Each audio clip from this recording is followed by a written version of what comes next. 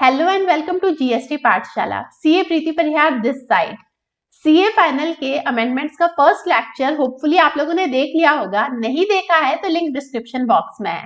मैंने कहा था ना इस बार काफी कम अमेंडमेंट्स है, तो ये सीए फाइनल के अमेंडमेंट्स का फाइनल लेक्चर है जिसमें मैंने रिमेनिंग सारे अमेंडमेंट्स है जीएसटी के एज वेल एज कस्टम्स और फॉरेन ट्रेड पॉलिसी सारे के सारे कवर किए हैं।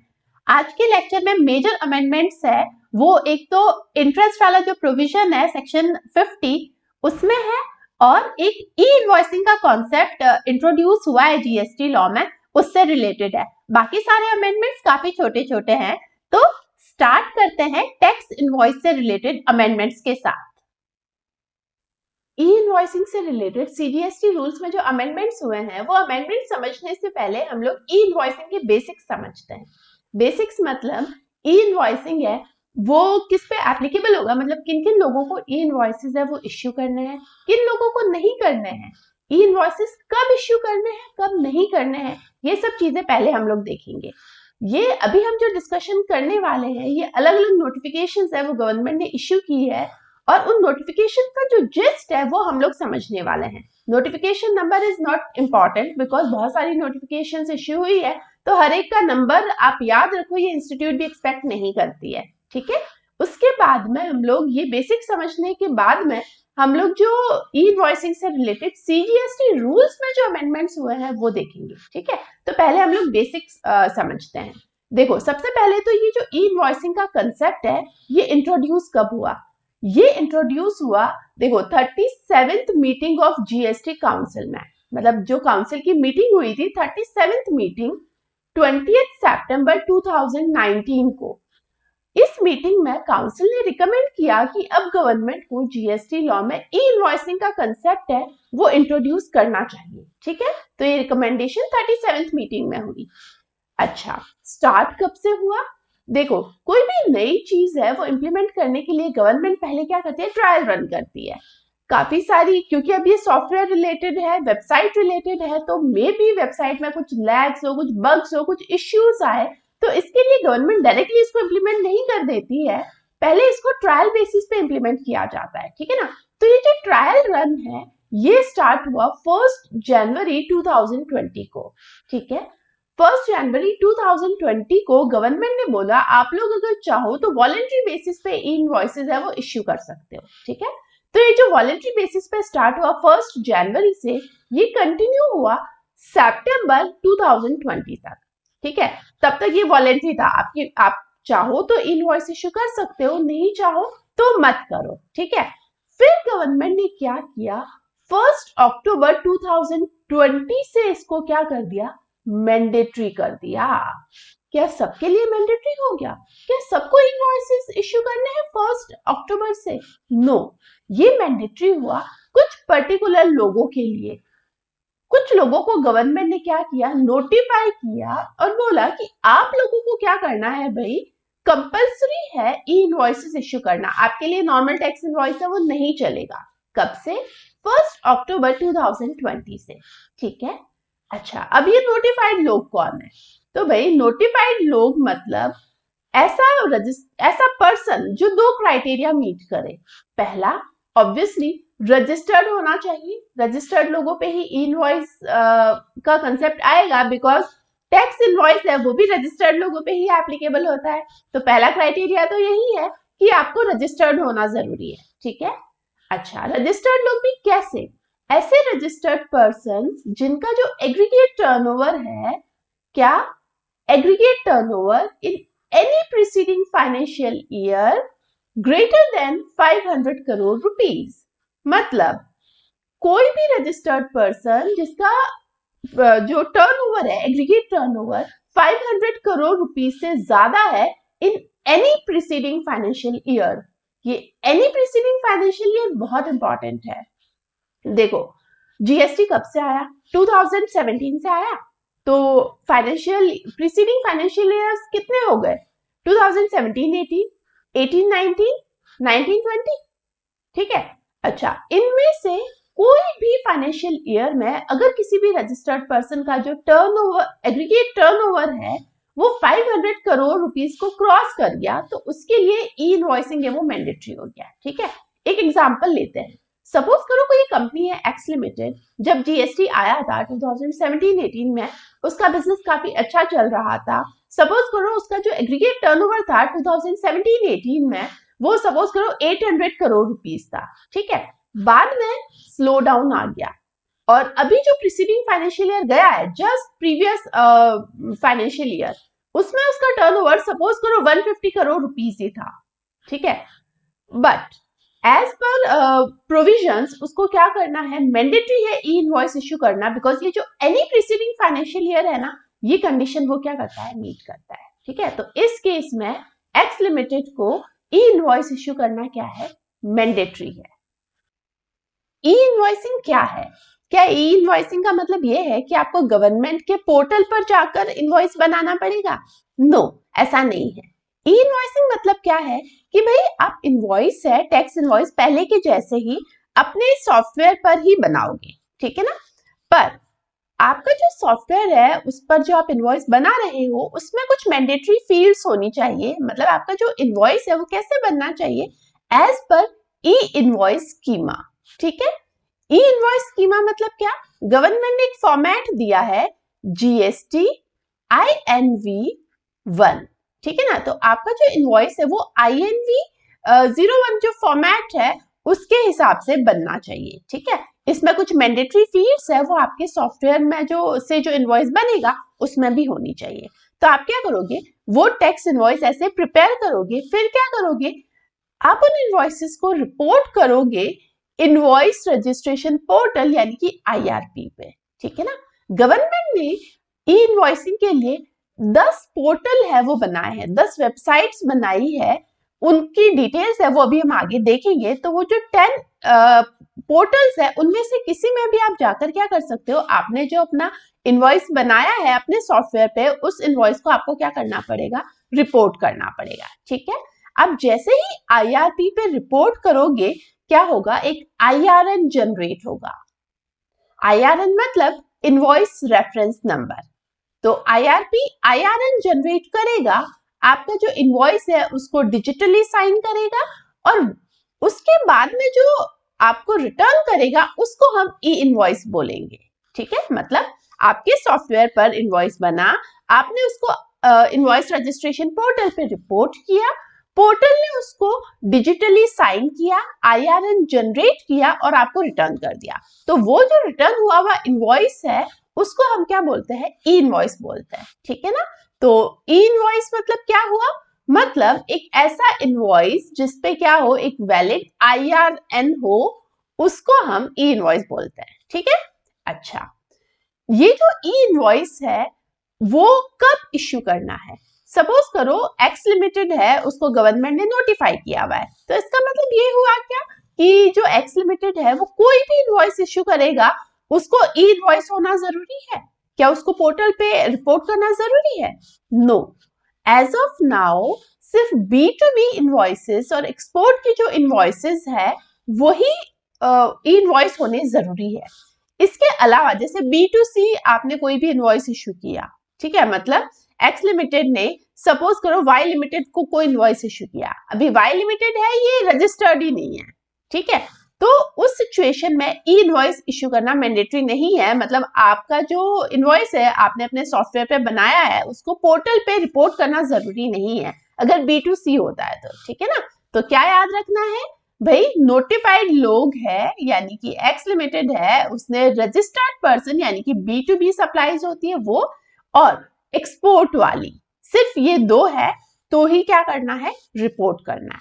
ठीक है, अच्छा, अभी क्योंकि ई इनवॉइसिंग है ये गवर्नमेंट ने अभी नया नया लॉन्च किया था, 1 अक्टूबर से मैंडेटरी किया था, तो अभी स्टार्टिंग में क्या होता है, प्रॉब्लम्स आती है लोगों को, तो इसके लिए गवर्नमेंट ने एक फैसिलिटी दी।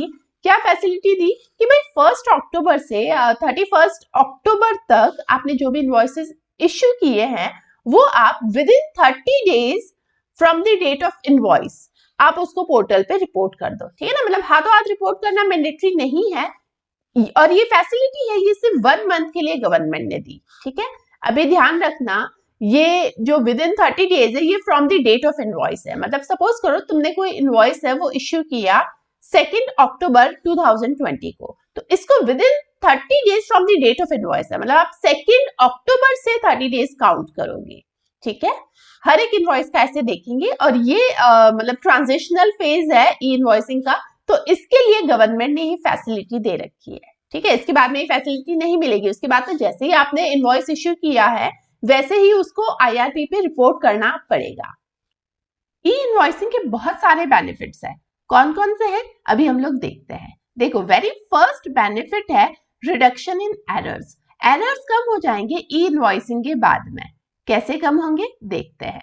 देखो, ई इनवॉइसिंग में क्या होता है, जैसे ही कोई सेल का ट्रांजेक्शन हुआ, सेल का कोई इनवॉइस बना, वैसे ही सप्लायर क्या करेगा, उसको INV1 में रिपोर्ट करेगा पोर्टल को। तो आईआरपी पोर्टल पे जैसे ही ट्रांजैक्शन रिपोर्ट हुआ, आपका काम खत्म। अभी ई वे बिल बनाने जाओगे, वहां पे भी ऑटो पॉपुलेट हो जाएगा। GSTR1 फाइल करने जाओगे, वहां पे भी ऑटो पॉपुलेट हो जाएगा। तो इससे क्या फायदा होगा कि भाई एक बार आप ढंग से इंफॉर्मेशन फिल कर दो, उसके बाद में आपको कुछ नहीं करना है, सब जगह पे वो ऑटो पॉपुलेट हो जाएगा। अभी ऑटो पॉपुलेशन का कॉन्सेप्ट अभी भी है, बट क्या होगा, ई इनवॉइसिंग ने उसको एक नेक्स्ट लेवल पे ले गया है, उसको और ज्यादा स्मूथ बना दिया है। ठीक है ना, तो ये पहला बेनिफिट है। सेकंड क्या है भाई, आपकी प्रोसेसिंग कॉस्ट रिड्यूस हो जाएगी, पेमेंट साइकिल्स है वो स्मूथ हो जाएंगे, और जो बायर और सेलर का जो डिस्प्यूट होता है वो कम हो जाएगा। कैसे कम हो जाएगा, देखो अभी तो क्या होता है कि सेल का कोई ट्रांजेक्शन हुआ, ठीक है ना, उसको 10 जगह पे अपलोड करो, मतलब उसको 10 जगह पे आप वेरीफाई करो, उसके बाद में ऑटो पॉपुलेशन तो अभी भी है, बट क्या होगा, ई इनवॉइसिंग में वो और ज्यादा स्मूथ हो गया है।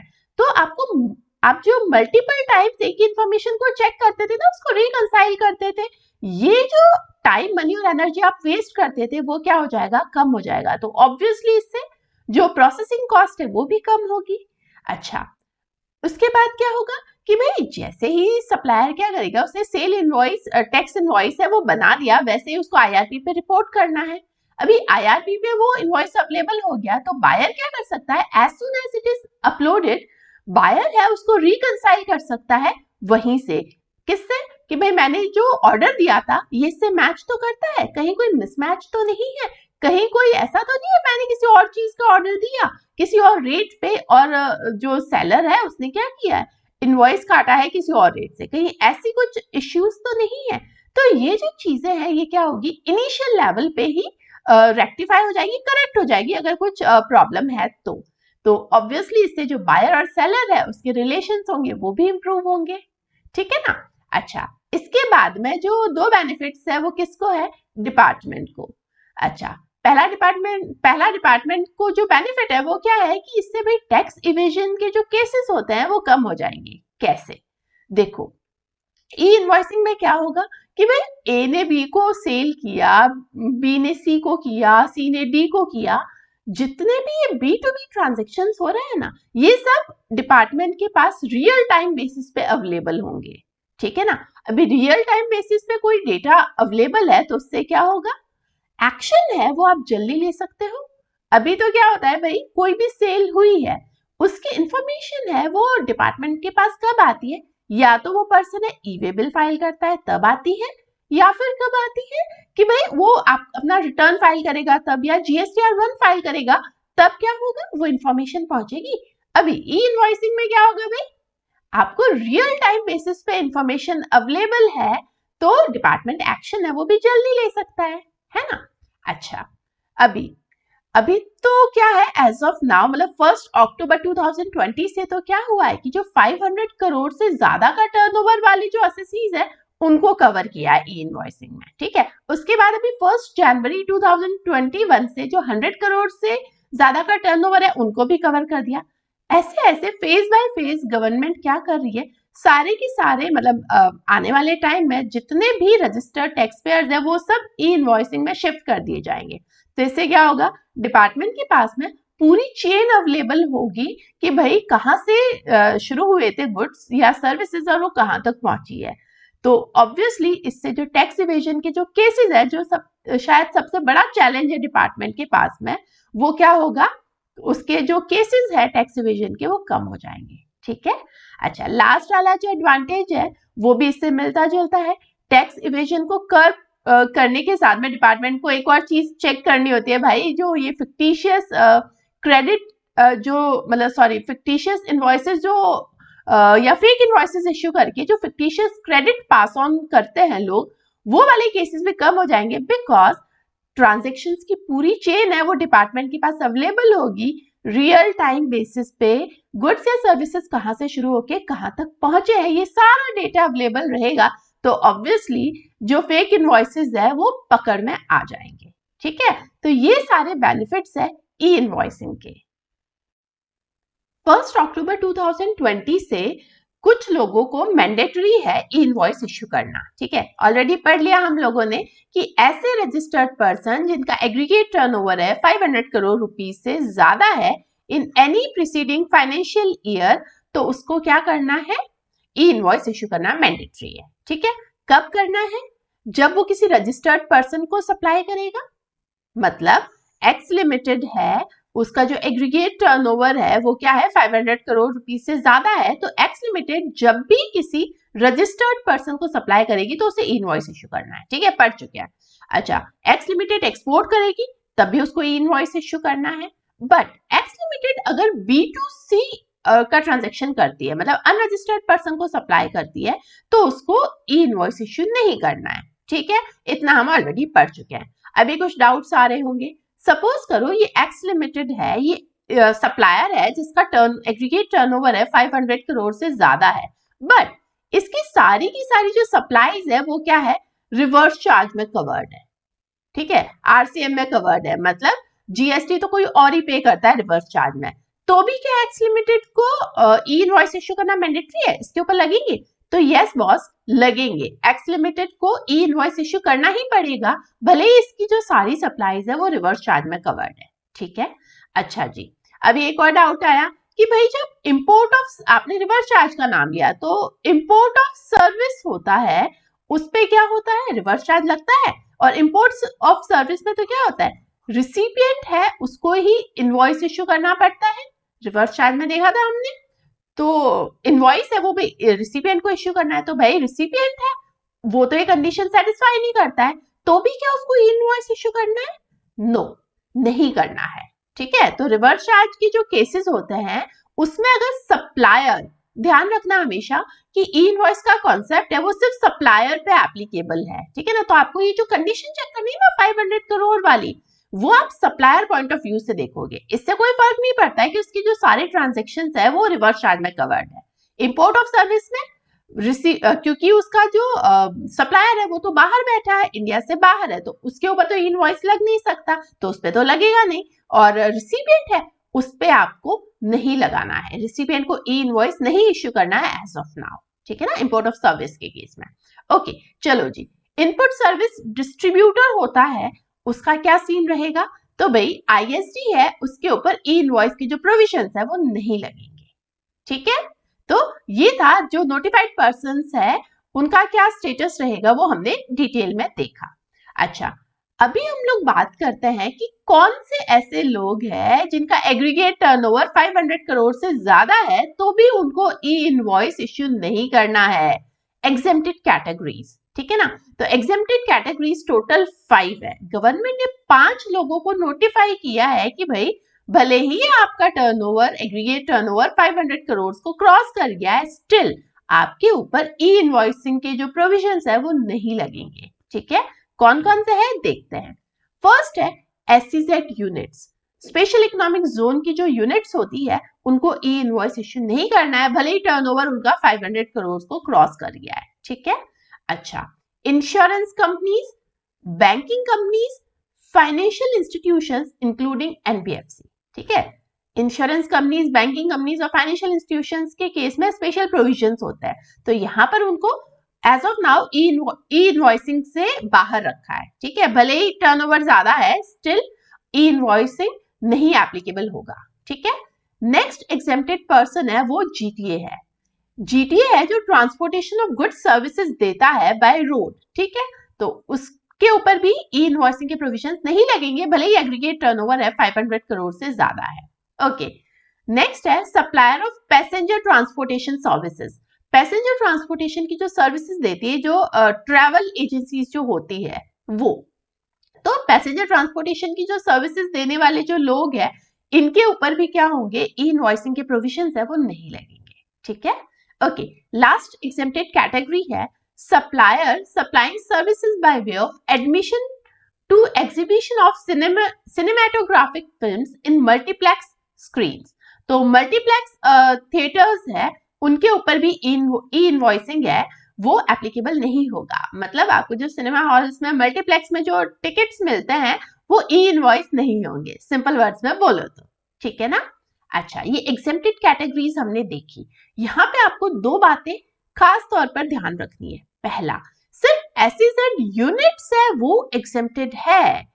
एसईजेड डेवलपर्स होते हैं उनको एग्जेम्प्ट नहीं किया है, तो इनके ऊपर ई इनवॉइसिंग के प्रोविजंस है वो लगेंगे। तो क्वेश्चन में अगर एसईजेड यूनिट आता है तो आप टर्नओवर आपको देखने की भी जरूरत है, ई इनवॉइसिंग नहीं लगेगा। बट अगर एसईजेड डेवलपर आ गया तो उनके ऊपर लगेगा अगर उनका एग्रीगेट टर्नओवर है वो 500 करोड़ को क्रॉस कर जाता है तो। ठीक है। अच्छा, सेकेंड इंपॉर्टेंट पॉइंट जो आपको ध्यान रखना है वो ये है कि यहाँ पे सिर्फ मल्टीप्लेक्स वालों को एग्जेम्प्ट किया है। तो कहीं पे किसी सिनेमा हॉल में अगर सिंगल स्क्रीन है तो उसके ऊपर ये प्रोविजंस एप्लीकेबल नहीं होंगे, मतलब ये एग्जेम्पशन सिंगल स्क्रीन वालों को नहीं मिलेगी। तो इनकेस अगर उनका एग्रीगेट टर्नओवर 500 करोड़ रुपीस से ज्यादा है तो सिंगल स्क्रीन वाले तो कवर्ड हो जाएंगे। ठीक है, चांसेस कम है बट अगर होता है तो सिंगल स्क्रीन वाले हैं वो कवर्ड हो जाएंगे, और सिर्फ जो मल्टीप्लेक्स वाले हैं उनको ही क्या किया है, एग्जेम्प्ट किया है। ठीक है, ओके। अब हम लोग देखते हैं कि ई इनवॉइस जनरेट करने का प्रोसीजर क्या है। रफली तो मैं पहले बता चुकी हूँ, अब उसको थोड़ा सा सिस्टमैटिकली हम लोग देख लेते हैं। जैसा कि मैंने पहले बताया कि ई इनवॉइस है, इसका मतलब ये नहीं है कि आपको पोर्टल पर जाकर इनवॉइस बनाना है। इनवॉइस तो यानी कि टैक्स इनवॉइस है वो तो अभी भी आप अपने सॉफ्टवेयर या सिस्टम पर ही बनाओगे। ठीक है ना। तो आपका जो सॉफ्टवेयर या ईआरपी है उसके ऊपर ही आपको टैक्स इनवॉइस बनाना है। पर आपका जो सॉफ्टवेयर या ईआरपी है वो कंपैटिबल होना चाहिए आईआरपी से। कंपैटिबिलिटी का मतलब क्या, कि भाई जो आईआरपी है, जो पोर्टल है, वो कुछ पैरामीटर्स सजेस्ट करता है। अगर आपका सॉफ्टवेयर उन पैरामीटर्स को मीट करता है तो आप टैक्स इनवॉइस है वो अपने सिस्टम पर ही बना सकते हो। ठीक है ना। तो ये जो कंपैटिबिलिटी वाला फीचर है ये चेक करना पड़ेगा। अभी जितने भी सॉफ्टवेयर कंपनीज है उन्होंने क्या किया है, अपने सिस्टम को या अपने सॉफ्टवेयर को अपडेट कर दिया है। तो अभी एज ऑफ नाउ मार्केट में जितने भी सॉफ्टवेयर है वो ज्यादातर कंपैटिबल है। ठीक है ना। तो आपका अगर जो सिस्टम है या सॉफ्टवेयर है वो कंपैटिबल है तो आप क्या कर सकते हो, टैक्स इनवॉइस जनरेट कर सकते हो। तो भाई मैंने क्या किया, अपने सॉफ्टवेयर की हेल्प से, अपने सिस्टम की हेल्प से मैंने क्या किया, जो टैक्स इनवॉइस है वो जनरेट कर दिया। ठीक है, जैसे पहले करते थे वैसे ही। अच्छा, उसके बाद क्या करना है कि वो जो टैक्स इनवॉइस की जो डिटेल्स है वो क्या करनी पड़ेगी, वो अपलोड करनी पड़ेगी। कहां पर, आईआरपी पर। ठीक है ना, आईआरपी पर मैंने अपलोड कर दिया। चलो जी, मेरा काम खत्म। अब किसका काम शुरू, अब आईआरपी यानी कि पोर्टल का काम शुरू। पोर्टल क्या करेगा कि जैसे ही आपने डिटेल्स अपलोड करी वैसे ही वो क्या करेगा, एक IRN invoice reference number generate करेगा। ठीक है, IRN जनरेट करने के बाद में डिजिटल सिग्नेचर पुट करेगा उस पे, फिर एक क्यूआर कोड जनरेट होगा। जैसे ही एक नॉर्मल टैक्स इनवॉइस पर IRN जनरेट हो गया, डिजिटल सिग्नेचर आ गए और क्यूआर कोड आ गया, वैसे ही वो जो नॉर्मल टैक्स इनवॉइस है वो ई इनवॉइस बन जाएगा। और वो ई इनवॉइस है वो आप क्या कर सकते हो, अपने रिसिपिएंट के साथ में शेयर कर सकते हो अलॉन्ग विद क्यूआर कोड। ठीक है, तो ऐसे एक नॉर्मल टैक्स इनवॉइस है वो ई इनवॉइस बन जाएगा। अच्छा जी, अभी मेरे को एक डाउट है। क्या डाउट है भाई, कि भाई मैं जब डिटेल्स अपलोड कर रही थी, मैंने डिटेल्स अपलोड कर दी, पहले मुझे पता चला कि मैंने गलत डिटेल अपलोड कर दी, तो क्या मैं वो जो टैक्स इनवॉइस है उसको मैं कैंसिल कर सकती हूँ? ठीक है, किसी भी रीजन से अगर मैं चाहती हूँ कि मैं वो टैक्स इनवॉइस है वो कैंसिल कर दूं, तो क्या मैं कर सकती हूँ? तो यस, कर सकते हो, बट कैसे और कहां पर, इसमें कुछ चेंजेस है। ठीक है ना। अच्छा, वो चेंजेस क्या है, कैसे कर सकते हैं वो देखते हैं अपन लोग। देखो, अगर आपने डिटेल्स अपलोड की है और अभी तक क्या हुआ है, सिर्फ IRN जनरेट हुआ है, मतलब अभी डिजिटल सिग्नेचर, QR कोड वगैरह वो सब चीजें बाकी है। तो अगर सिर्फ IRN जनरेट हुआ है तो विद इन स्पेसिफाइड टाइम आप उसको क्या कर सकते हो, कैंसिल कर सकते हो। ठीक है, कहां पर, आप वहीं पे कैंसिल कर सकते हो, जो इनवॉइस वाले जो पोर्टल्स है आप वहीं पे कैंसिल कर सकते हो। बट अगर ई इनवॉइस है वो पूरा की पूरा क्या हुआ है, अपलोड हो गया है, डिजिटल सिग्नेचर, QR कोड सब हो गए, ठीक है ना, ई इनवॉइस जनरेट हो चुका है पूरा की पूरा, तो फिर आप क्या कर सकते हो, उसके बाद में आप IRP पे यानी कि इनवॉइस रजिस्ट्रेशन पोर्टल पर उसको अमेंड करना, कैंसिल करना मतलब अलाउड नहीं है। एक बार इनवॉइस जनरेट हो गया तो उसके बाद में आप क्या कर सकते हो, आपको जो नॉर्मल GST पोर्टल है gst.gov.in, वहां पर जाकर ही आप उसको कैंसिल कर सकते हो अगर पूरा ई इनवॉइस जनरेट हो चुका है।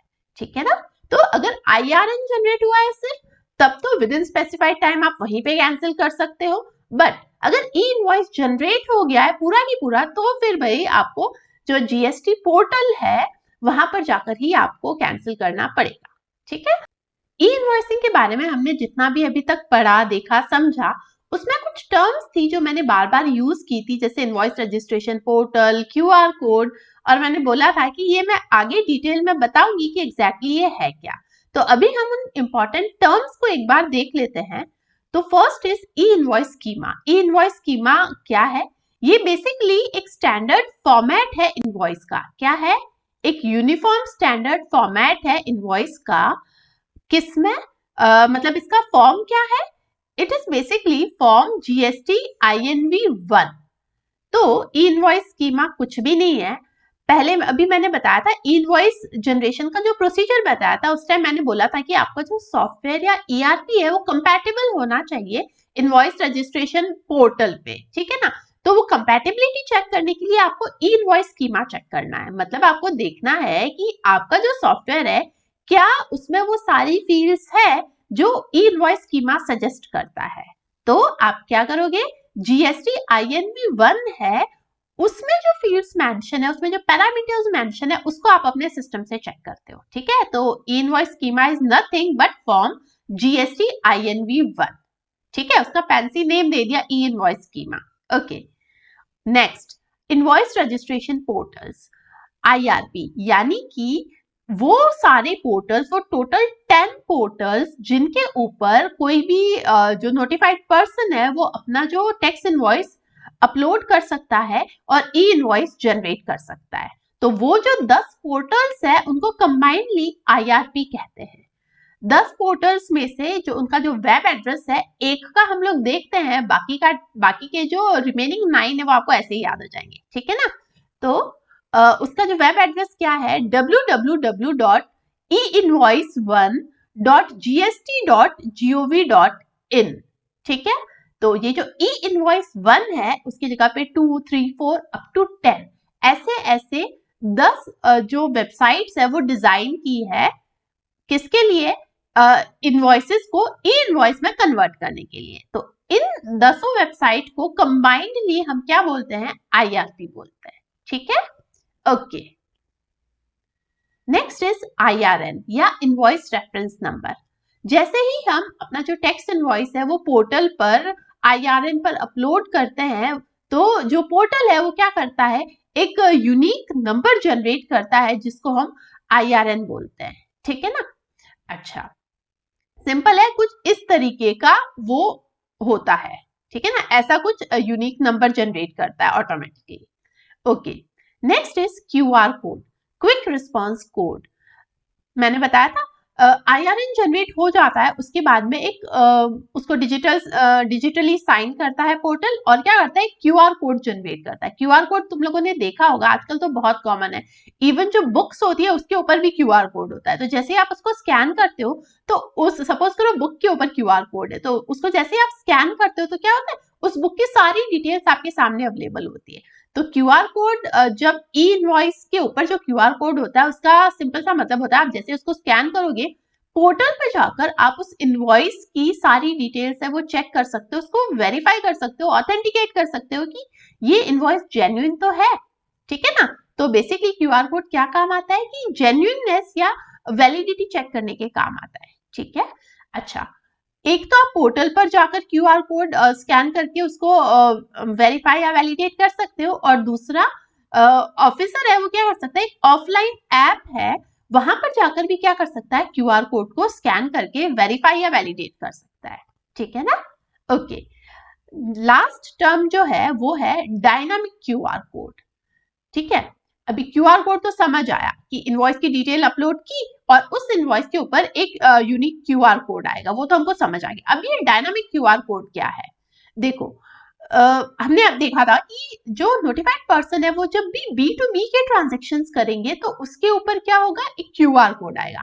बट जब वो B2C के ट्रांजेक्शन्स करेंगे तो उसमें क्या होगा, तो भाई जो 1 अक्टूबर से तो ये जो क्यूआर कोड वाला जो प्रोविजन है वो आया है, ठीक है ना।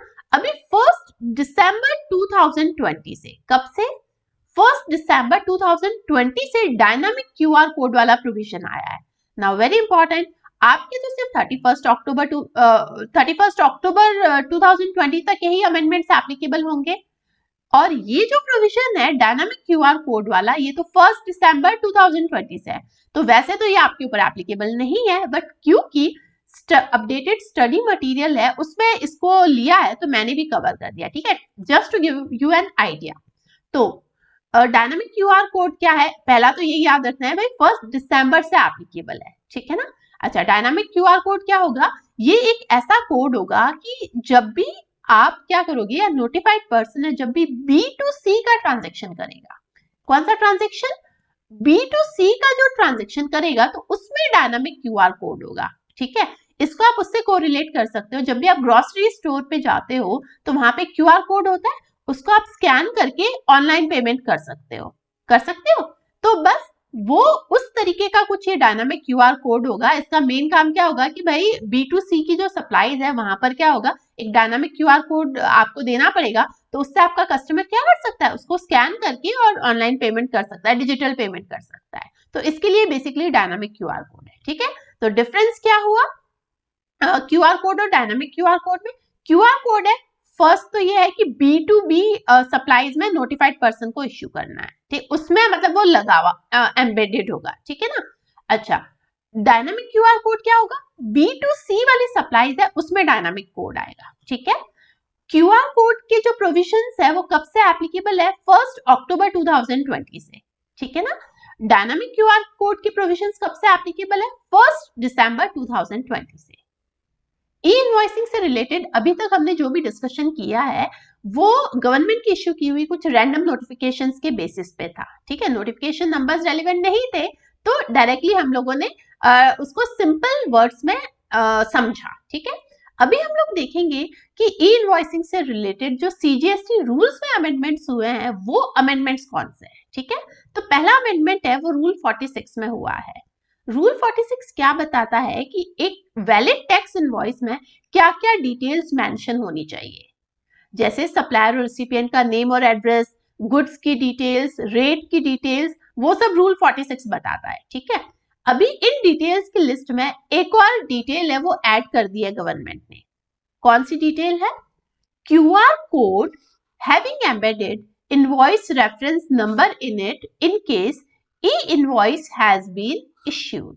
मतलब सिंपल वर्ड्स में बोलो तो जो ई इनवॉइस इश्यू हुआ है तो उसके ऊपर क्यूआर कोड का होना मैंडेटरी है आफ्टर दिस अमेंडमेंट। रूल 46 का जो फर्स्ट प्रोविजन है उसमें अमेंडमेंट हुआ है। अमेंडमेंट समझने से पहले हम लोग ये देखते हैं कि इस प्रोविजन में अमेंडमेंट से पहले क्या लिखा हुआ था, ठीक है। तो बिफोर अमेंडमेंट इसकी लैंग्वेज क्या थी, provided that the board may, on the recommendations of council, by notification specify the number of digits of HSN code for goods or services that a class of registered persons shall be required to mention for such period as may be specified in the said notification. And second, the class of registered persons that would not be required to mention the HSN code for goods or services for such period as may be specified in the said notification. ठीक है। तो amendment से पहले इस provision में 2 clauses थे, ये दोनों क्लॉजेज है, ये बेसिकली पावर देते थे बोर्ड को, ठीक है ना, कि बोर्ड क्या कर सकता है, अगर काउंसिल रिकमेंड करे तो बोर्ड दो तरह की नोटिफिकेशंस इश्यू कर सकता था, ठीक है ना। और नोटिफिकेशन इश्यू करके क्या कर सकता था, नोटिफाई कर सकता था कि अ क्लास ऑफ रजिस्टर्ड पर्सन, किसको नोटिफाई कर सकता था, कुछ लोगों को नोटिफाई कर सकता था कि भाई आपको इतने डिजिट्स के HSN कोड है वो अपने इनवॉइस पे मेंशन करने हैं, ठीक है ना, HSN कोड, ठीक है, ओके। सेकंड किनको नोटिफाई कर सकता था, कुछ लोगों को नोटिफाई कर सकता था कि भाई आपको तो HSN कोड है वो मेंशन ही नहीं करना है, ठीक है। अच्छा, इस प्रोविजन में पावर लेकर गवर्नमेंट बोर्ड ने क्या किया हुआ था, एक नोटिफिकेशन इश्यू कर रखी थी, तुम लोगों ने पढ़ी होगी कि 1.5 करोड़ तक टर्नओवर है तो HSN कोड मेंशन ही नहीं करना है, ठीक है। 1.5 करोड़ से लगा के 5 करोड़ तक का टर्नओवर है तो 2 डिजिट्स ऑफ HSN कोड है वो मेंशन करने हैं, ठीक है। और अबाउ 5 करोड़ होता है तो क्या करने होते हैं, 4 डिजिट्स ऑफ HSN कोड है वो मेंशन करने पड़ते हैं, ठीक है ना। ये नोटिफिकेशन आप लोगों ने पढ़ी होगी, ये अभी भी एप्लीकेबल है। तो ये वाली जो नोटिफिकेशन है वो इसी प्रोविजन में पावर लेकर बोर्ड ने इश्यू कर रखी है, ठीक है। अच्छा, नोटिफिकेशन में सिंपल सा कंसेप्ट है भाई कि टर्नओवर बेसिस पे उन्होंने क्या किया है, मतलब कैटेगराइज किया है रजिस्टर्ड पर्सन को, तो यही पावर देता है ये प्रोविजन, ठीक है, फर्स्ट क्लॉज और second clause.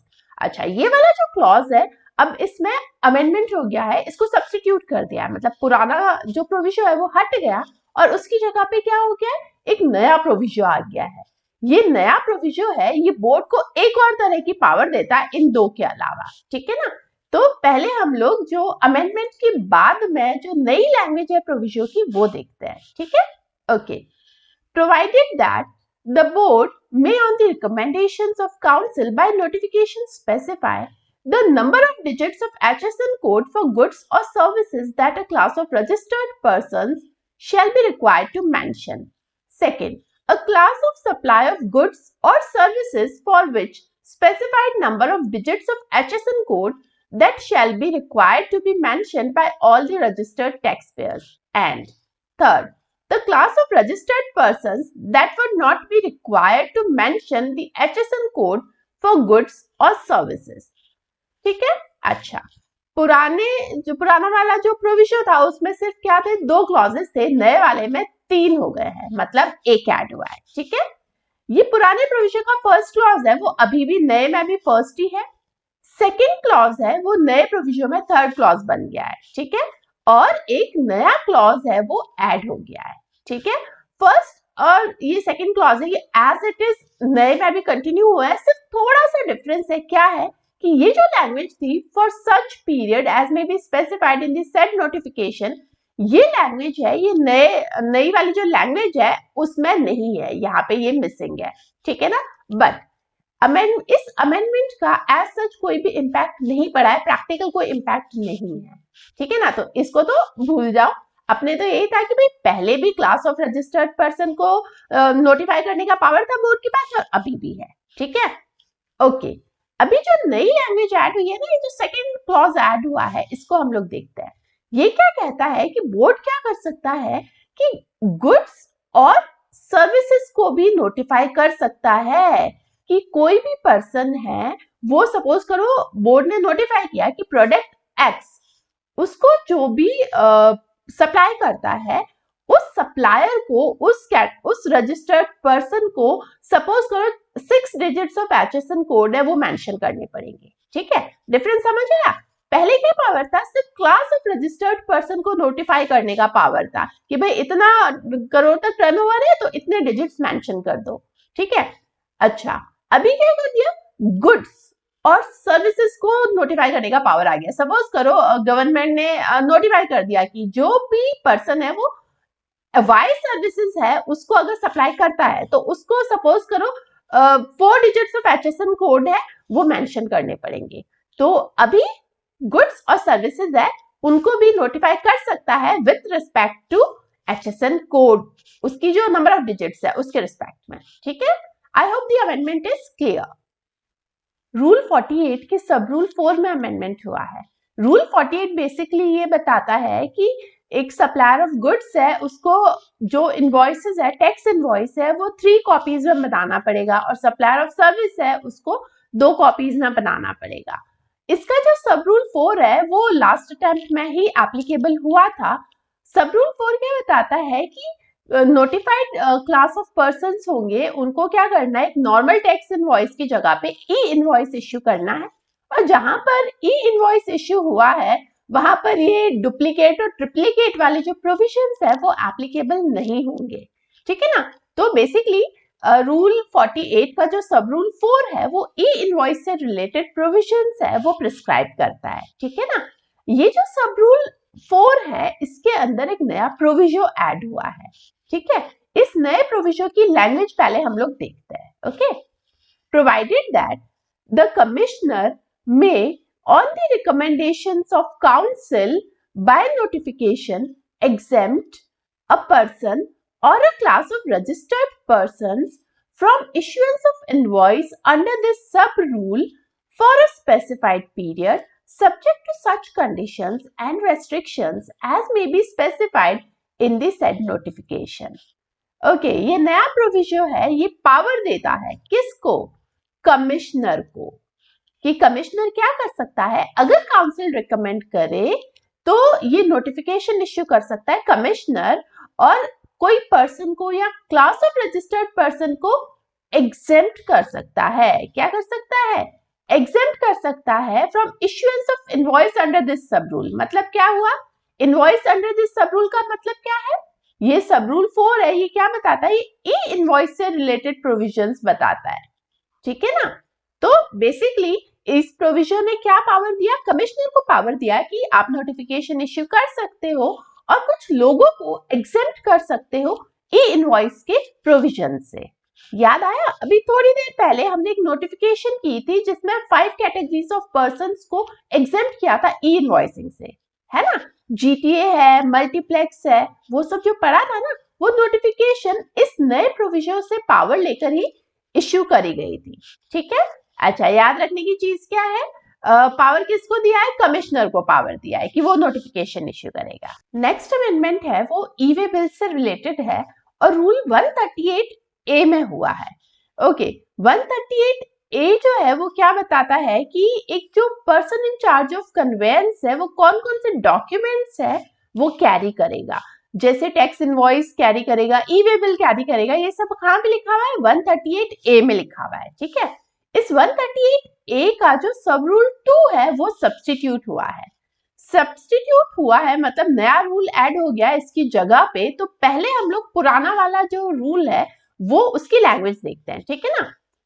A registered person may obtain an invoice reference number from common portal by uploading on the said portal a tax invoice issued by him in form GST INV1 and produce the same for verification by the proper officer in lieu of tax invoice.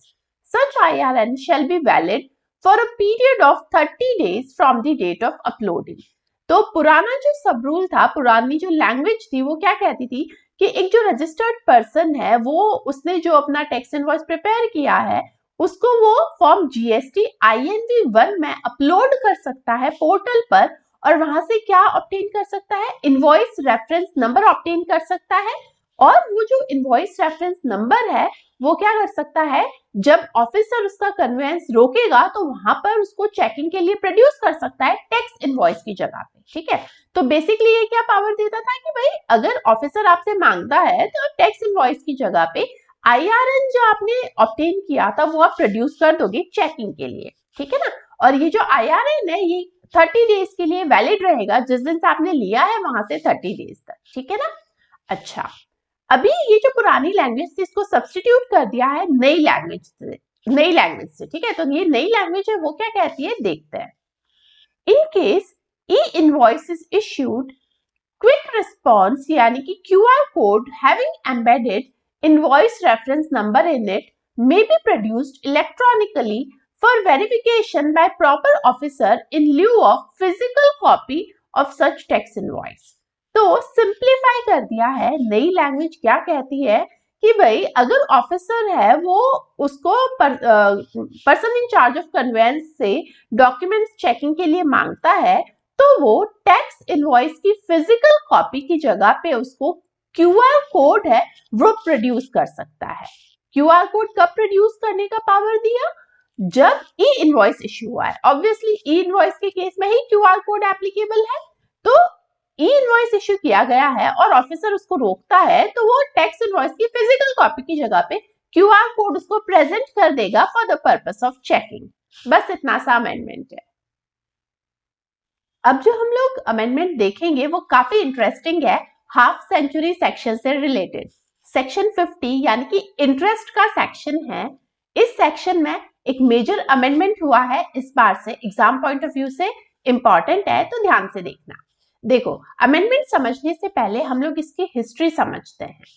ये amendment आखिर हुआ क्यों? देखो, section 50 की जो language थी before amendment, ये क्या कहती थी? ये कहती थी कि अगर कोई एक पर्सन है, उसने जो टैक्स का पेमेंट है वो अगर लेट किया है तो उसको इंटरेस्ट पे करना पड़ेगा। ठीक है? अच्छा, एज पर दिस लैंग्वेज, मतलब इसका इम्प्लीकेशन हम लोग एक एग्जाम्पल की हेल्प से समझते हैं। सपोज करो कोई एक पर्सन है, उसकी जो आउटपुट टैक्स लायबिलिटी है वो 1 लाख रुपीज बनती थी। ठीक है ना? अच्छा, ये लैंग्वेज है, इस सेक्शन 50 की लैंग्वेज क्या कहती थी कि ये 1 लाख रुपीज अगर वो लेट पे करता है तो उसको क्या करना पड़ेगा? इंटरेस्ट पे करना पड़ेगा इस अमाउंट पर। ठीक है? ये सेक्शन 50 की लैंग्वेज कहती थी। अभी इसमें क्या होता है, देखो, हर एक पर्सन के पास में कुछ ना कुछ amount of input tax credit होता है। तो सपोज करो इस पर्सन के पास में 60,000 रुपीज का इनपुट टैक्स क्रेडिट पड़ा था, तो इसको नेट जो पे करना होता था वो 40,000 रुपीज पे करना होता था। ठीक है? तो ड्यू डेट निकल गई, उसके बाद में उसने रिटर्न फर्निश किया, तो टैक्स तो उसने 40,000 का पे किया। बट इसकी जो लैंग्वेज थी सेक्शन 50 की, वो क्या कहती थी? भाई तेरे को इंटरेस्ट है ना, वो इस 1 लाख रुपीज पे पे करना पड़ेगा। तो अजीब है। तो इस पे क्या था? बहुत अनरेस्ट था। लोग कहते थे कि भाई टैक्स तो हम 40,000 का पे कर रहे हैं कैश में, और इंटरेस्ट आप हमसे मांग रहे हो 1 लाख रुपीज का। तो ये इतना जो अनरेस्ट था, तो लोगों ने क्या किया? रिप्रेजेंट किया। तो फाइनली काउंसिल ने क्या किया? सेक्शन 50 में अमेंडमेंट किया। ठीक है? अमेंडमेंट कैसे किया? एक प्रोविजो ऐड किया सेक्शन 50 में। ठीक है? इस प्रोविजो की लैंग्वेज है वो पहले हम लोग देखते हैं। Provided that the interest on the tax payable in respect of supplies made during the tax period and declared in the return for the said period furnished after the due date in accordance with the provisions of section 39, except where such return is furnished after the commencement of any proceedings under section 73 or 74 in respect of the said period, shall be levied on that portion of tax that is paid by debiting the electronic cash ledger. ठीक है? अच्छा जी, तो amendment के बाद में ये जो section है वो क्या कहता है? वो सेक्शन कहता है कि ये प्रोविजो है, ऑब्वियसली प्रोविजो ओवरराइड करेगा नॉर्मल प्रोविजन, जो नॉर्मल प्रोविजन ऊपर गिवन है उसको। प्रोविजो क्या कहता है कि भाई अगर आप कोई भी रिटर्न लेट फाइल करते हो, तो आप जब इंटरेस्ट पे करने जाओगे तो आप नेट जो आपने कैश में पे किया है उस अमाउंट पर आप क्या करोगे? इंटरेस्ट पे करोगे। ठीक है? ये इसकी लैंग्वेज है। अच्छा, मतलब इस एग्जांपल में हम लोग क्या करेंगे? इंटरेस्ट है वो भी अब हम लोग इस 40,000 रुपीज पर पे करेंगे इंस्टेड ऑफ 1 लाख रुपीज। ठीक है ना? पहले 1 लाख पे करना पड़ता था, अभी 40,000 पे करना पड़ेगा। ओके, अभी ये वाला जो बेनिफिट है कि आप इंटरेस्ट है वो इस अमाउंट पे करोगे, ये बेनिफिट एक सिचुएशन में एप्लीकेबल नहीं होगा। कब नहीं मिलेगा ये बेनिफिट? अगर आपने जो रिटर्न है लेट फाइल किया है, क्यों? Due to proceedings under section 73 और 74। ये दोनों सेक्शंस किसके हैं? शो कॉज नोटिस के सेक्शंस है। तो ये जो नेट कैश लायबिलिटी पर आपको इंटरेस्ट पे करना है, ये वाला बेनिफिट आपको तब नहीं मिलेगा जब आप जेन्युइन नहीं हो। आप तो टैक्स पे ही नहीं करने वाले थे, वो तो डिपार्टमेंट ने शो कॉज नोटिस इश्यू कर दिया तब आप टैक्स पे करने आए हो। तो अगर आप जेन्युइन केस नहीं है तो उसमें ये वाला बेनिफिट नहीं मिलेगा। मतलब क्या हुआ कि जब भी क्वेश्चन आता है इंटरेस्ट का, तो आपको चेक करना है कि उस पर्सन ने क्या जेन्युइनली सुओ मोटो टैक्स पे किया है, क्या लेट पेमेंट हुआ है वो सुओ मोटो है क्या, मतलब अपने आप से किया है क्या। अगर हाँ तो इंटरेस्ट पे करना है इस 40,000 पे।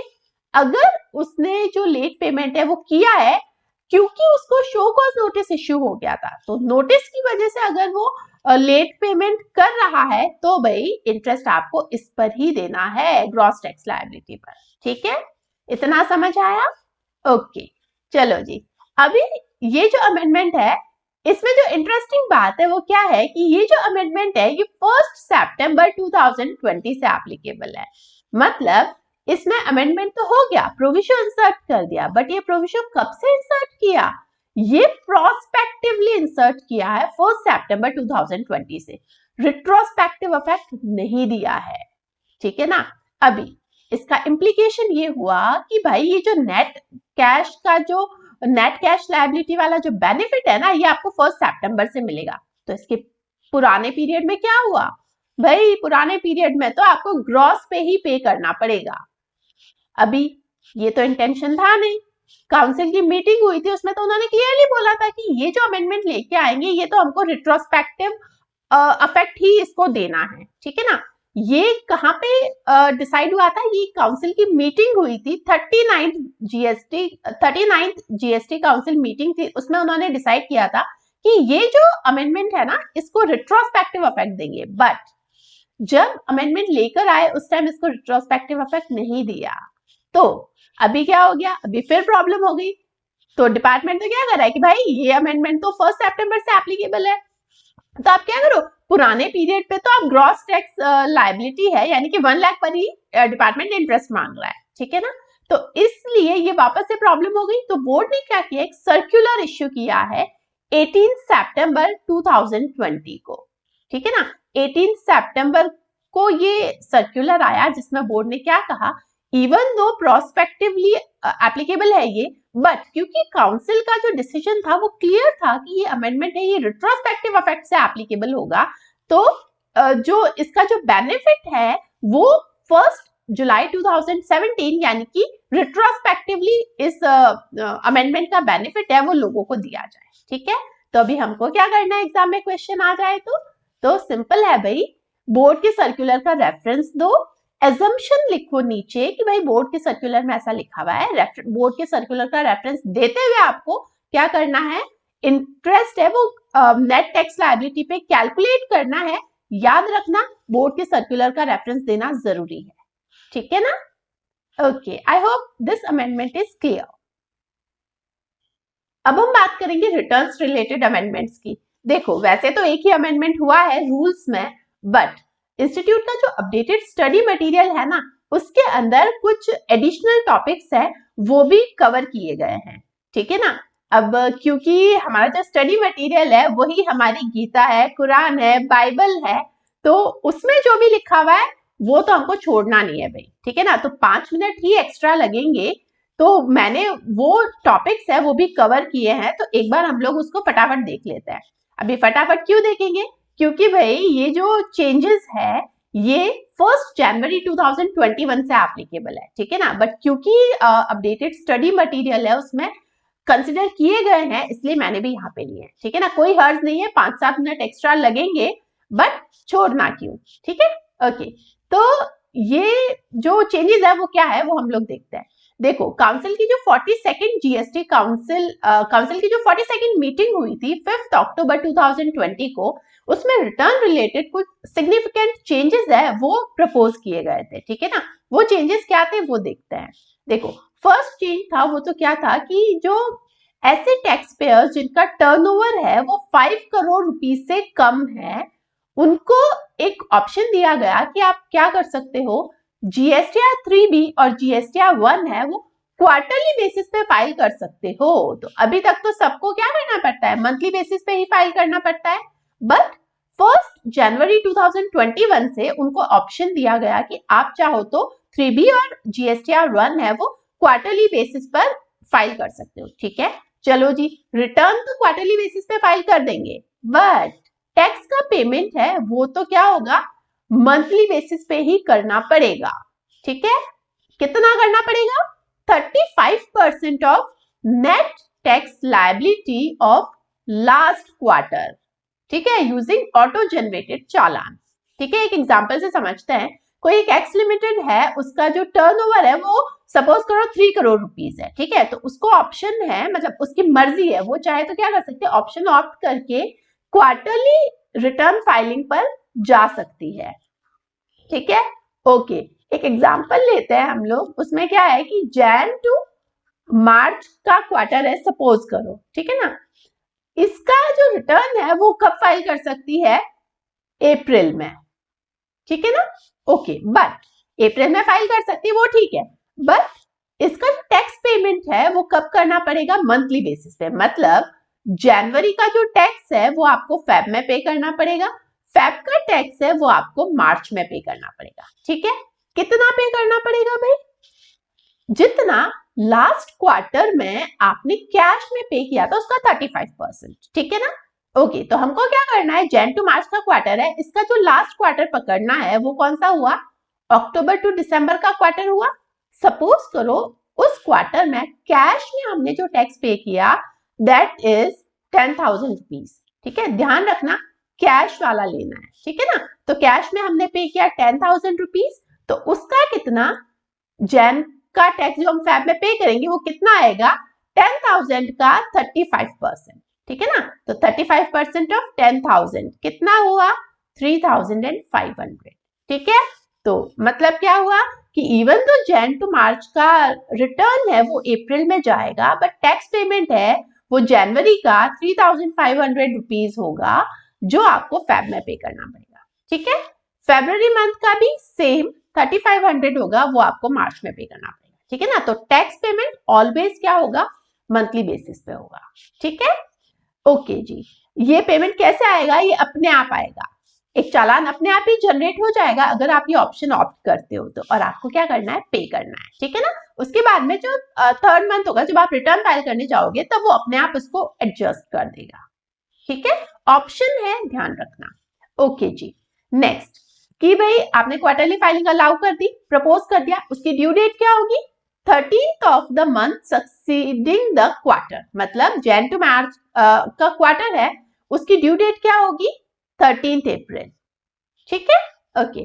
थर्ड प्रपोजल कि जो ऑटो जनरेशन होता है, जो अभी 2A में ऑटो पॉपुलेट होके आता है, वैसा की वैसा एक और उन्होंने प्रपोज कर दिया, एक 2B में ऑटो पॉपुलेट होके आएंगे आपके फिगर्स। ठीक है ना।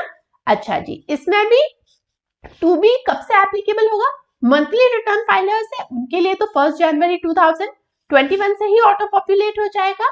जो क्वार्टरली रिटर्न फाइलिंग पे जाते हैं उनके लिए ये जो 2B की फैसिलिटी है ये 1 अप्रैल 2021 से आएगी। ठीक है, and last but not the least कि GSTR 1 और GSTR 3 भी है। 3B क्या किया था? GSTR 3 की जगह पे गवर्नमेंट लेके आई थी, है ना।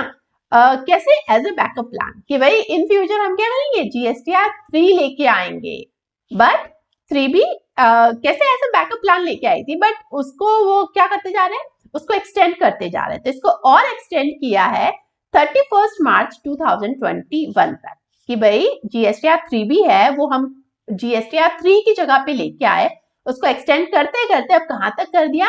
31 मार्च 2021 तक उसको एक्सटेंड कर दिया। और काउंसिल ने क्या प्रपोज किया कि भाई अब आप क्या करो? GST लॉ को अमेंड कर दो और ये जो GSTR 1 और 3B है उसको डिफॉल्ट रिटर्न फाइलिंग सिस्टम बना दो। मतलब पहले तो इसको एज ए बैकअप प्लान लेके आए थे 3B को, बट अब क्या बोल रही है काउंसिल कि भाई अब इसी को आप क्या कर दो? एक्सेप्ट कर लो, इसी को हम परमानेंट रिटर्न फाइलिंग सिस्टम बना देंगे। ठीक है ना, प्रपोजल है। ओके, तो ये वाले तो थे जो काउंसिल ने जो चेंजेस प्रपोज किए हैं वो वाले। ठीक है ना, अब हम देखते हैं जो अमेंडमेंट है जो ऑलरेडी हो चुका है 31 अक्टूबर तक, वो वाला अमेंडमेंट है जो रूल में हुआ है वो अब हम लोग देखते हैं। ठीक है ना, CGST रूल्स में एक नया रूल ऐड हुआ है 67A।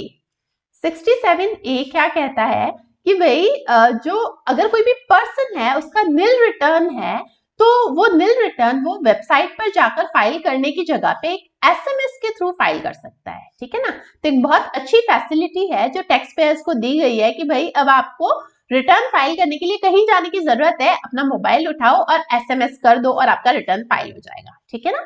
तो ये फैसिलिटी किसको दी गई है और कैसे दी गई है, ये रूल 67A में लिखा हुआ है। तो पहले हम इसकी बेयर लैंग्वेज है वो पढ़ते हैं, ठीक है ना।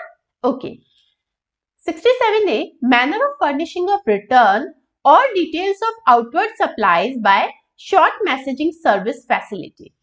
Notwithstanding anything contained in this chapter, for a registered person who is required to furnish a nil return under section 39 in form GSTR 3B or a nil details of outward supplies under section 37 in form GSTR 1 or a nil statement in form GST CMP 08 for a tax period, any reference to electronic furnishing shall include furnishing of the said return or the details of outward supplies or statement through a short messaging service using registered mobile number, and the said return or details of outward supplies or statement shall be verified by a registered mobile number based one-time password facility.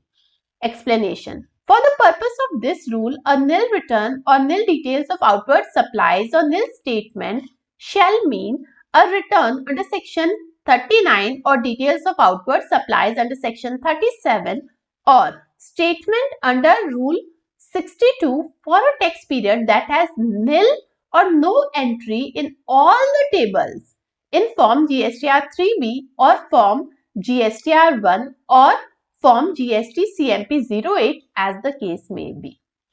Okay जी, ये जो नया rule है 67A, ये क्या कहता है, ये कहता है कि भाई अगर आपका जो रिटर्न है वो निल का है तो आपको वेबसाइट पर जाकर रिटर्न फाइल करने की जरूरत नहीं है। आप क्या कर सकते हो, एसएमएस के थ्रू अपना रिटर्न फाइल कर सकते हो, ठीक है ना। अच्छा, ये जो फैसिलिटी है एसएमएस वाली, ये सिर्फ 3 केसेस में दी गई है। रिटर्न्स बहुत सारे हैं, ठीक है ना, बहुत सारे रिटर्न्स है जीएसटी लॉ में, बट ये जो निल फाइलिंग निल रिटर्न जो आप एसएमएस से फाइल करोगे, ये फैसिलिटी सिर्फ 3 केसेस में दी गई है, याद रखना। 3 केसेस कौन से, जीएसटीआर 3B, जीएसटीआर 1 या सीएमपी 08। सिर्फ ये 3 रिटर्न और स्टेटमेंट्स ऐसे हैं जिसमें ये एसएमएस वाली फैसिलिटी है, ये आप यूज कर सकते हो।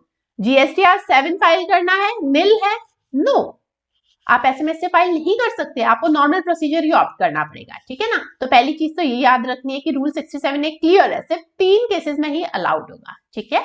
अच्छा जी, रिटर्न फाइल आप एसएमएस के थ्रू करोगे, कहां से, कौन से मोबाइल नंबर से करोगे, क्लियर है, रजिस्टर्ड मोबाइल नंबर आपका जो है आप सिर्फ और सिर्फ अपने रजिस्टर्ड मोबाइल नंबर से करोगे, ठीक है ना। अच्छा जी, आपने एक प्रोसीजर दिया हुआ है, वो प्रोसीजर आपके इसमें नहीं है कि भाई कैसे होगा, मतलब निल रिटर्न फाइल आप एसएमएस से करोगे तो आपको क्या प्रोसीजर फॉलो करना पड़ेगा, वो डिटेल प्रोसीजर आपके सिलेबस में नहीं है, तो वो हम नहीं डिस्कस करेंगे। बट इतना याद रखना है कि आपका जो रजिस्टर्ड मोबाइल नंबर है उससे ही फाइल करना है, ठीक है। चलो जी, मैंने फाइल कर दिया, तो क्या होगा, ओटीपी आएगा, और कहां पे आएगा OTP, obviously registered mobile number पे आएगा, और वो क्या होगा, वहां से वेरीफाई होगा ओटीपी के थ्रू, ठीक है। ओके जी, अभी आप बोल रहे हो भाई निल रिटर्न फाइल कर सकते हो, निल रिटर्न फाइल कर सकते हो, ये निल रिटर्न या निल स्टेटमेंट का मतलब क्या हुआ। एक्सप्लेनेशन कहता है कि निल रिटर्न मतलब ऐसा रिटर्न जिसके अंदर किसी भी टेबल में कोई भी एंट्री नहीं है, सब जगह 000 है, कोई एंट्री नहीं है, मतलब क्या हुआ, नो ट्रांजैक्शन, ठीक है ना। निल रिटर्न मतलब नो ट्रांजैक्शन, किसी भी टेबल में कोई भी एंट्री नहीं है, मतलब क्या हुआ कि भाई मैंने तो क्या किया, एग्जाम सप्लाई की है, टैक्स तो मेरे को नहीं पे करना है, बट मैंने 10,000 रुपए की एग्जाम सप्लाई की है, क्या मैं एसएमएस वाली फैसिलिटी यूज कर सकती हूँ, नो, नहीं कर सकते, बिकॉज निल रिटर्न को उन्होंने क्लियर कर दिया कि निल रिटर्न मतलब ऐसा नहीं है कि आपकी टैक्स लायबिलिटी निल है। ये क्या कहता है, निल रिटर्न मतलब आपका कोई ट्रांजैक्शन नहीं है, किसी भी रिटर्न या स्टेटमेंट की किसी भी टेबल में कोई एंट्री नहीं है, सब जगह पे निल निल निल 000 आ रहा है, ठीक है ना। तो अगर ये वाला केस है तो ही आप क्या कर सकते हो, ऑप्ट कर सकते हो। और सिर्फ 3 केसेस 3B, GSTR 1 और CMP 08 ये याद रखना है, ठीक है ना। और एक निल रिटर्न याद रखना है। निल रिटर्न मतलब कोई भी ट्रांजेक्शन नहीं होना चाहिए। टैक्स लायबिलिटी नहीं बोल रहा है ये क्या कह रहा है कि किसी भी टेबल में कोई भी एंट्री नहीं होनी चाहिए, ठीक है ना। तो this is all about new rule 67A। और एक और बात याद रखना, ओवरराइडिंग इफेक्ट है, भले ही कहीं पे कुछ भी लिखा हुआ हो, ओवरराइडिंग है, नॉटविथस्टैंडिंग से स्टार्ट होता है, ठीक है ना। Okay, I hope this rule is clear. Next amendment है demands and recovery under GST topic से रिलेटेड है। शो कॉज नोटिस वाला जो टॉपिक है सेक्शन 73 और 74 उससे रिलेटेड, ठीक है। ओके, ये अमेंडमेंट है, ये रूल 142(1)A में हुआ है। ये एक नया रूल है, अभी मई अटेम्प्ट जो लास्ट में गया है ना, मई 2020, तभी ये एप्लीकेबल हुआ था। तो इस रूल में अमेंडमेंट हुआ है। तो बिफोर अमेंडमेंट पहले हम लैंग्वेज देखते हैं।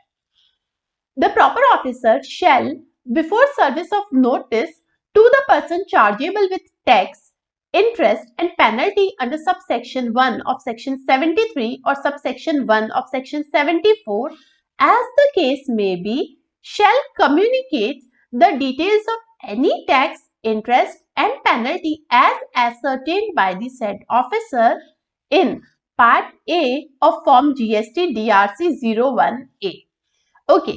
अभी ये जो रूल है ये क्या कहता है कि एक ऑफिसर है, वो क्या करेगा, नोटिस है इश्यू करने से पहले, है ना, जब वो नोटिस इश्यू करने वाला है उससे पहले वो ऑफिसर क्या करेगा, वो जो पर्सन है जिसको नोटिस इश्यू करने वाला है उसको एक स्टेटमेंट भेजेगा कि भाई तेरे को हम नोटिस इश्यू करने वाले हैं और उस नोटिस के हिसाब से तेरी जो लायबिलिटी है वो सपोज कर 1 लाख बनती है, इतना इंटरेस्ट बनता है, इतनी पेनल्टी बनती है, ठीक है ना।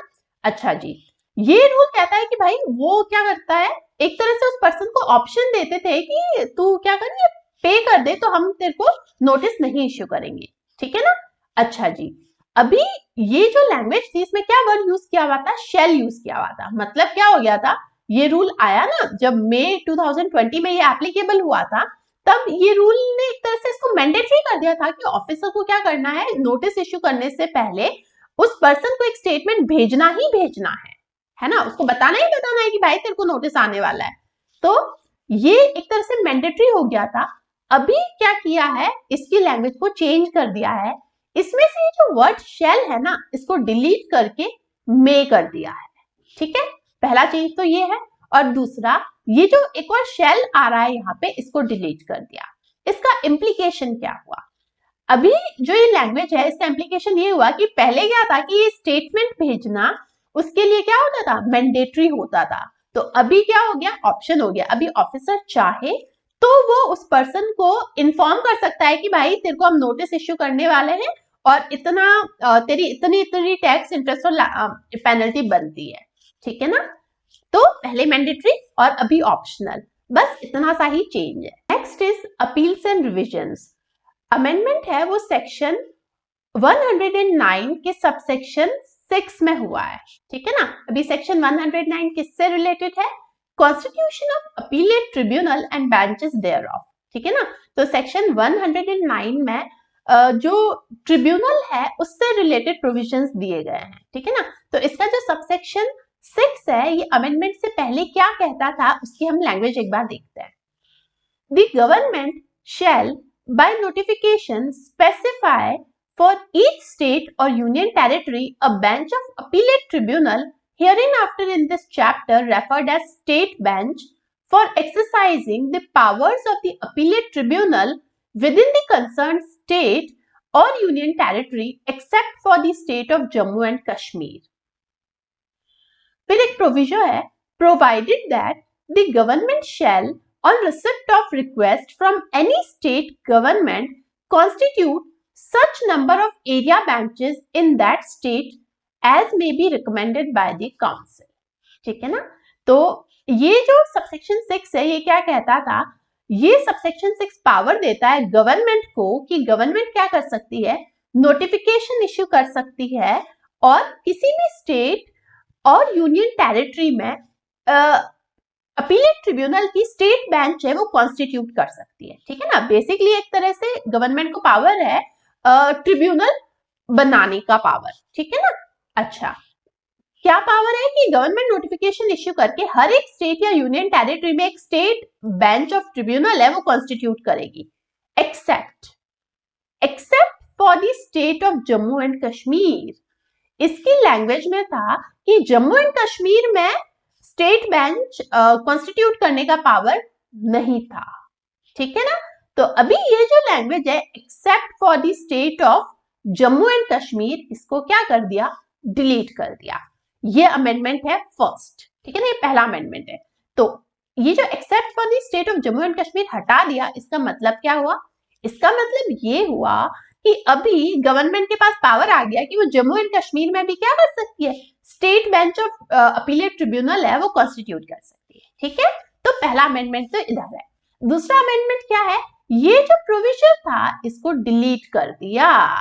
अभी प्रोविजन क्या कहता था, प्रोविजन कहता ये था कि अगर स्टेट है वो गवर्नमेंट को क्या करता है, रिक्वेस्ट करता है कि भाई, जैसे सपोज करो कोई एक्स स्टेट है, उसने गवर्नमेंट को क्या किया, रिप्रेजेंट किया कि हमारे यहाँ पे आप 2 स्टेट बेंचेस है वो आप कॉन्स्टिट्यूट करो, ठीक है ना।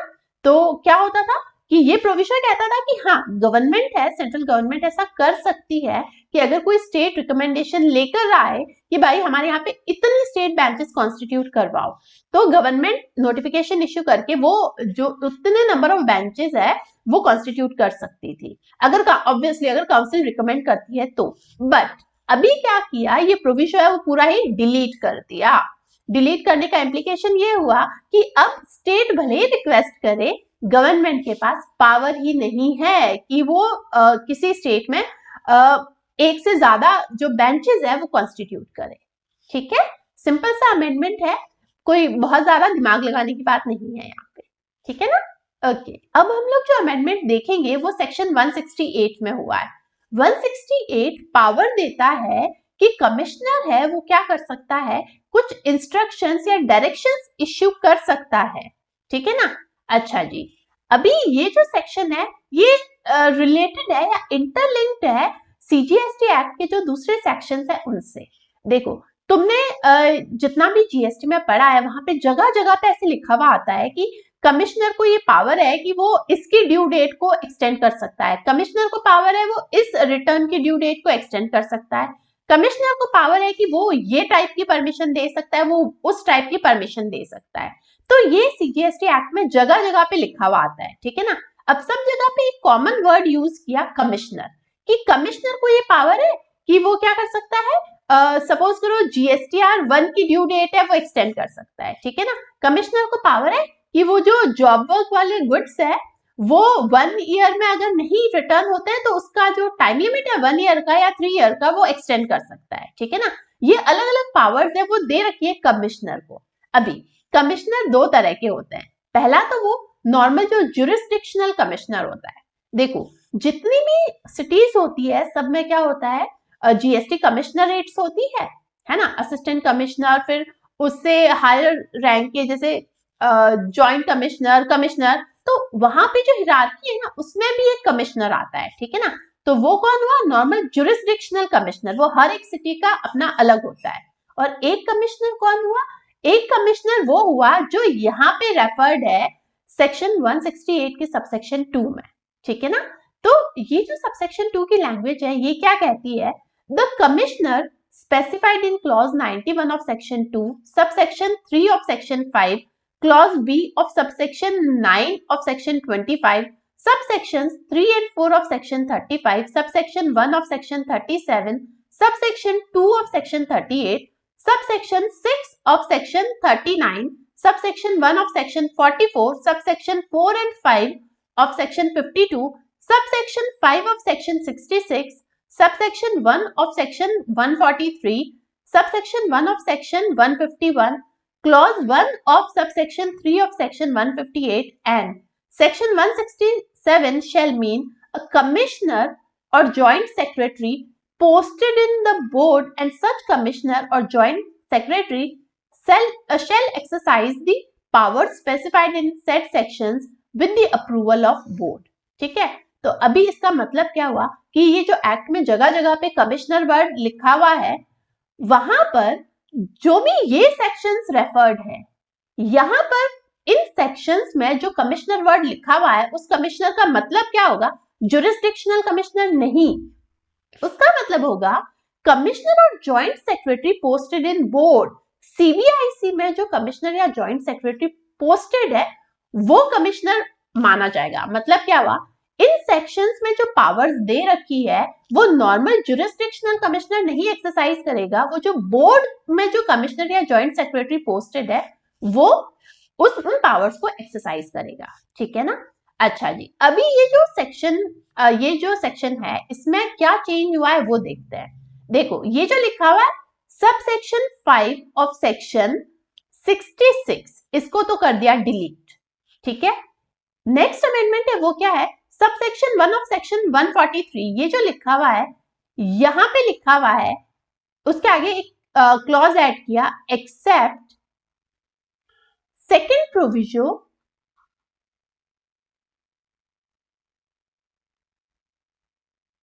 ठीक है, except second proviso of section 143। इसका इंप्लीकेशन क्या हुआ? इसका इंप्लीकेशन ये हुआ कि सेक्शन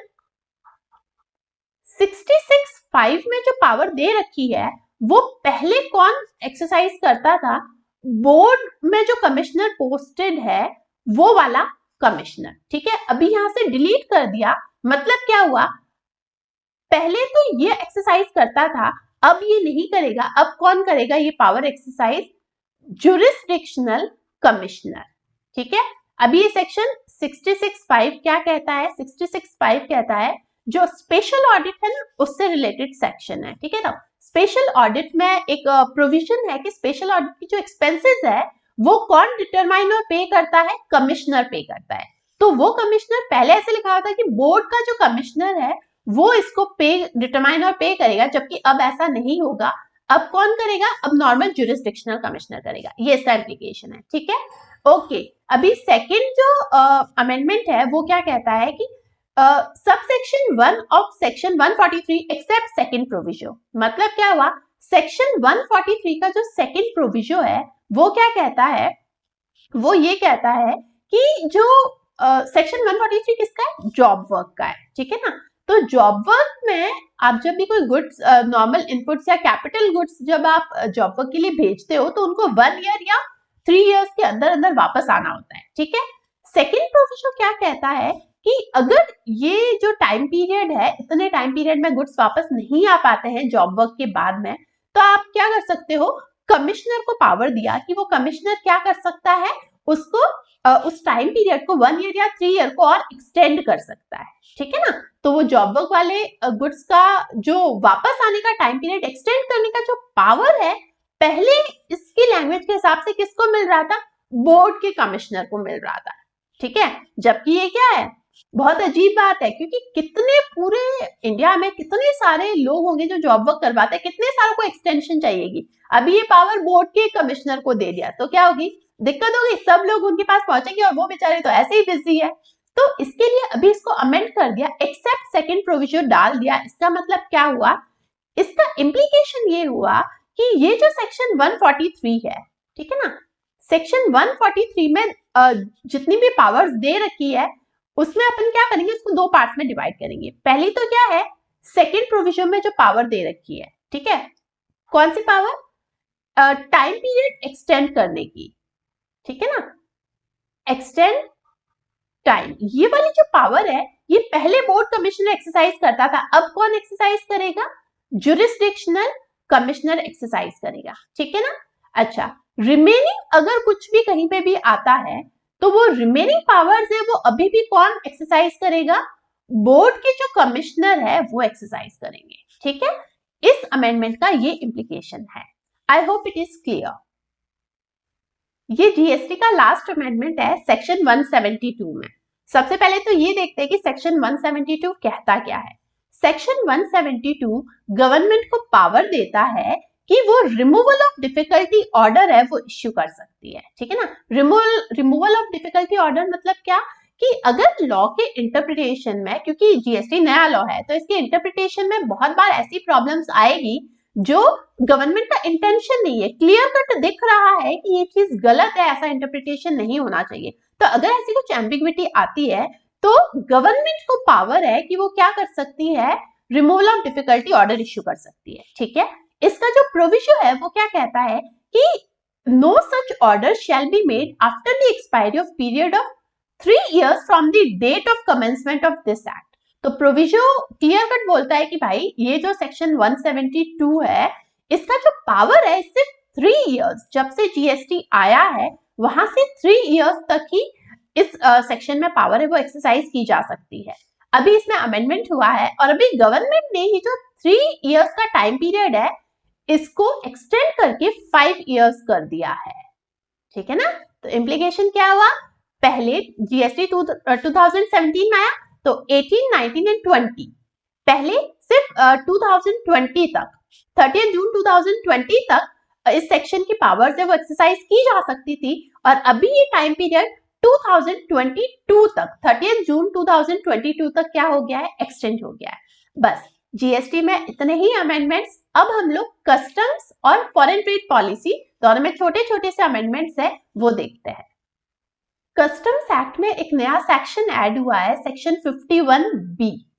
ये सेक्शन क्या कहता है, ये सेक्शन सेंट्रल गवर्नमेंट को पावर देता है कि वो एक नोटिफिकेशन इश्यू कर सकती है, और उस नोटिफिकेशन में क्या प्रोवाइड कराएगी कि भाई एक्सपोर्ट गुड्स के मैन्युफैक्चर में जो भी मटेरियल काम में आ रहा है उस मटेरियल पे अगर किसी भी तरीके का कोई ड्यूटी रेमिशन होता है, कोई टैक्स का रेमिशन होता है, या किसी भी तरीके का बेनिफिट मिल रहा है उन इनपुट्स पे या रॉ मटेरियल पे, तो वो जो बेनिफिट है एज पहले क्या होता था कि सारा की सारा जो बेनिफिट है या तो किसी स्क्रिप्ट के फॉर्म में मिलता था, जो क्या होता था एक हार्ड कॉपी में कोई सर्टिफिकेट टाइप का होता था वो, या फिर कोई ऑनलाइन सर्टिफिकेट टाइप का मिलता था, उन सबका आपको अलग अलग रिकॉर्ड रखना पड़ता था। ठीक है ना, अभी उसकी जगह पे एक सिंप्लीफाइड तरीका लेके आ गई गवर्नमेंट, वो तरीका है सेक्शन 51B में। अभी 51B में क्या है, सपोज करो कोई एक एक्सपोर्टर है एक्स लिमिटेड, उसके पास उसको 10 तरह के रेमिशंस मिले हैं किसी ना किसी स्कीम में। ठीक है ना, तो उसके पास 10 तरीके के रेमिशंस है, तो अभी गवर्नमेंट क्या कहती है कि अब हम लोग क्या करेंगे, कस्टम्स की वेबसाइट पर एक लेजर मेंटेन करेंगे। ठीक है ना, जैसे यहाँ पे input tax credit ledger maintain होता है अपने जीएसटी में, उस कुछ उसी तरीके का एक लेजर है वो कस्टम्स की वेबसाइट पर भी मतलब मेंटेन किया जाएगा, और उसमें उस पर्सन के सपोज एक्स लिमिटेड के जितने भी रेमिशंस है उस पर उसको जितना भी बेनिफिट मिल रहा है वो सारे के सारे अमाउंट उस लेजर में मेंटेन होंगे। ठीक है ना, तो अब सिंपल हो गया कि भाई जैसे ही कोई रेमिशन आया वो उस अकाउंट में क्या हो गया, उसका क्रेडिट हो गया, और जब वो कोई भी गुड्स इंपोर्ट करेगा तो उसमें से क्या कर देगा, वो उसको डेबिट कर देगा। ठीक है ना, तो एक तरीके से अब क्या हो गया, अब लेजर मेंटेन होगा, सारे के सारे बेनिफिट्स है at a single place available होंगे, ऑफिसर के लिए भी इजी रहेगा और जो एक्सपोर्टर है उसको भी ट्रैक रखना इजी हो जाएगा। ठीक है ना, अच्छा जी, अभी इसमें एक और चीज है कि जो हमको ड्यूटी क्रेडिट स्क्रिप्ट्स वगैरह मिलती थी वो क्या होती थी, बहुत सारी अपन इनवैलिडेट करवा सकते थे, या फिर कुछ ऐसी होती थी जो ट्रांसफरेबल होती थी, जो मार्केट में बिकती भी थी, है ना, उसको आप सेल भी कर सकते थे कि आपको तो अभी आपको स्क्रिप्ट में, आप एक्सपोर्टर हो, आपको स्क्रिप्ट मिली हुई है, बट आपको क्या करना है, उसका अभी यूज नहीं करना है। ठीक है ना, आपको जरूरत नहीं है, तो आप क्या कर सकते थे, उसको किसी और के फेवर में ट्रांसफर भी कर सकते थे, कुछ ऐसी भी होती थी। तो ये जो सेक्शन है ये वाली फैसिलिटी भी देता है। ठीक है ना, इसमें क्या लिखा हुआ है देखो, this duty credit may be used by the person to whom it is credited or by the person to whom it is transferred। इससे क्या पता चला अपने को कि भाई क्रेडिट आपके अकाउंट में आया, आप चाहो तो उसको खुद यूज कर लो, खुद ही डेबिट कर लो, या फिर आप चाहो तो क्या कर सकते हो, इसको किसी और को ट्रांसफर भी कर सकते हो। जैसे ड्यूटी क्रेडिट स्क्रिप्ट जो ट्रांसफरेबल होती थी उसको अपन ट्रांसफर कर सकते थे, सेम वे में आप इस क्रेडिट को भी ट्रांसफर कर पाओगे। ठीक है ना, तो हम जो बोलते हैं ना कि ऑटोमेशन सिंप्लीफाई करो, तो ये एक तरह से क्या है, कस्टम्स में सिंप्लीफिकेशन हुआ है। ठीक है, okay. Now the last amendment, foreign trade policy से रिलेटेड। इंडिया की जो फॉरेन ट्रेड पॉलिसी है उसकी कुछ एक्सपोर्ट प्रमोशन स्कीम्स है वो वर्ल्ड ट्रेड ऑर्गेनाइजेशन की जो गाइडलाइंस है उसको मीट नहीं करती। ठीक है ना, मतलब हमारी फॉरेन ट्रेड पॉलिसी एक तरह से WTO की गाइडलाइंस को कॉन्ट्राडिक्ट कर रही है। तो अभी ministry of commerce and industry है, उन्होंने क्या स्टेप्स लिए हैं कि अब हम क्या करेंगे कि हमारी कुछ एक्सपोर्ट प्रमोशन स्कीम्स है उनको हम क्या कर देंगे, खत्म कर देंगे और नई स्कीम्स लेके आएंगे जो as per world trade organization की गाइडलाइंस हो। ठीक है ना। अच्छा, इसके लिए ministry of commerce and industry ने क्या अनाउंस किया है, पहला MEIS स्कीम है उसको ये लोग स्क्रैप कर देंगे। कब से, 31 दिसंबर 2020 से ये स्क्रैप हो जाएगी और MEIS की जगह पे एक नई स्कीम आएगी RODTEP, ठीक है ना, रेमिशन of duties and taxes on export product. ये नई स्कीम है, ये इंप्लीमेंट करेंगे कब से, 1 जनवरी 2021 से। ठीक है, तो आपको याद क्या रखना है, आपको सिर्फ इतना याद रखना है कि MEIS के जो बेनिफिट्स है वो 1 जनवरी 2021 से नहीं मिलेंगे। ठीक है, ओके। जब ये अनाउंसमेंट हुआ था तो इसके साथ एक और अनाउंसमेंट भी हुआ था कि SEIS स्कीम है, वो भी SEIS स्कीम जो सर्विस प्रोवाइडर्स को मिलती है उनको भी ये SEIS स्कीम है ये नहीं मिलेगी। बट ये सिर्फ अनाउंसमेंट है, इससे रिलेटेड कोई भी नोटिफिकेशन अब तक अनाउंस हुई नहीं है, इश्यू हुई नहीं है नोटिफिकेशन। तो SEIS तो अभी तक एज ऑफ नाउ कंटिन्यूड है, इन फ्यूचर ये भी स्क्रैप हो जाएगी, but as of now SEIS continue है। तो याद इतना रखना है, MEIS है डिसकंटिन्यू हो जाएगी 1 जनवरी 2021 से, SEIS है इन फ्यूचर में होगी but as of now it is continued. ठीक है, तो बस इतने ही अमेंडमेंट्स है। आई होप आपको सारे अमेंडमेंट्स अच्छे से समझ आ गए हैं। इन केस कोई डाउट होता है तो feel free to leave the comment. अगर हेल्पफुल था वीडियो तो hit that like button, share भी करना and do subscribe the channel for more such videos. Okay, this is CA Preeti Parihar signing off for now. Bye bye.